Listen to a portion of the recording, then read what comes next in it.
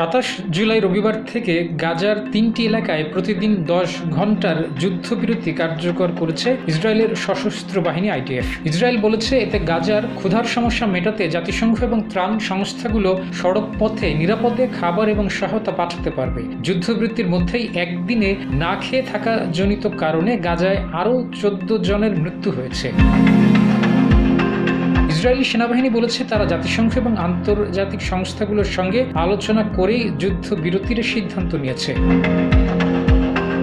সাময়িক লড়াই বন্ধ রাখার ঘোষণা নির্দিষ্ট কিছু এলাকায় কার্যকর হয়েছে। এর মধ্যে রয়েছে আল মাওয়াসি, দেইর আল বালা এবং গাজা নগরী। প্রতিদিন সকাল 10টা থেকে রাত 8টা পর্যন্ত এই বিরতি কার্যকর হচ্ছে। আন্তর্জাতিক গণমাধ্যম BBC জানিয়েছে এই বিরতি কয়েক সপ্তাহ পর্যন্ত চলতে পারে। ইসরায়েলি সেনাবাহিনী বলেছে এসব এলাকায় বর্তমানে তাদের কার্যক্রম বন্ধ রাখা হয়েছে।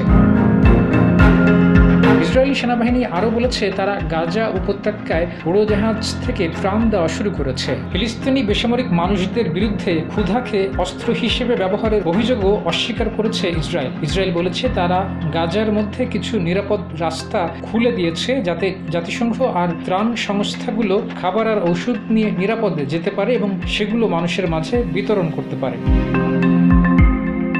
গত 2 মার্চ যুদ্ধবিরতি নিয়ে আলোচনা ব্যর্থ হওয়ার পর গাজায় পুরোপুরি অবরোধ চাপিয়ে দেয় ইসরায়েল। গাজার ভয়াবহ রকমের খাদ্য সংকট নিয়ে আন্তর্জাতিক সংস্থাগুলোর পক্ষ থেকে সতর্ক করার পর মে মাসের শেষ দিকে ইসরায়েল সীমিত পরিমাণে ত্রাণ প্রবেশের অনুমতি দেয়। ফিলিস্তিনের বেসামরিক প্রতিরক্ষা কর্তৃপক্ষ বলেছে শুধু গত শনিবারেই ইসরায়েলি বিমান হামলা ও গুলিতে 50 জনের বেশি ফিলিস্তিনি নিহত হয়েছেন। এর মধ্যে কেউ কেউ ত্রাণের জন্য বিতরণ কেন্দ্রগুলোর আশপাশে অপেক্ষা করার সময় হামলার শিকার হয়েছেন।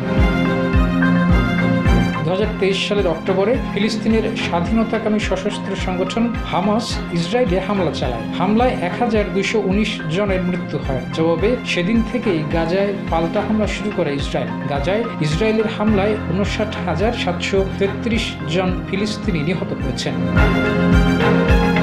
Desk report. জয় জয়।